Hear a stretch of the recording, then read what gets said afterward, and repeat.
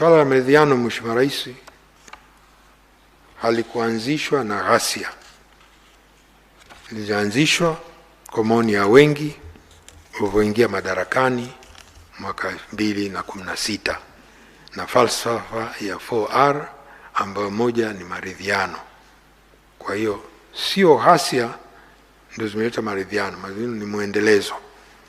Lakini la pili, kwa kuzingatia nafasi na taasisi za dini katika kulinda tunu ya amani na kujenga utengamano katika jamii, upo muhimu wa kufanyika majadiliano baina ya dini kama sehemu ya maridhiano ya kijamii. Hivyo majadiliano, maridhiano na muafaka miongoni mwa viongozi wa dini yataimarisha uelewano miongoni mwao na kukubaliana kuhusu mipaka kati ya dini na siasa katika utekelezaji wa majukumu yao, kisha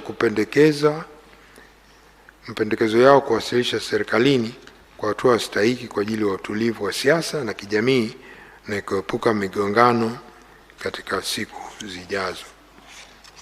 Tatu, maridhiano yatakayofanywa katika ngazi ya kitaifa yanapaswa kushuka ngazi za mamlaka za serikali za mitaa kwa kutumia mifumo ya utawala iliyopo kwenye wilaya, tarafa, kata na vijiji.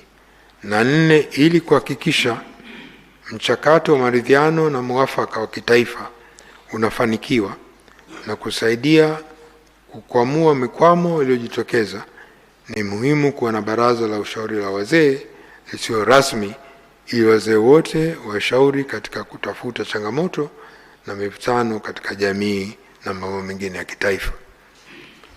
Mheshimiwa Rais, mwishoni tumependekeza mapendekezo ya muda mfupi, muda wa kati na muda mrefu kama utakavyoona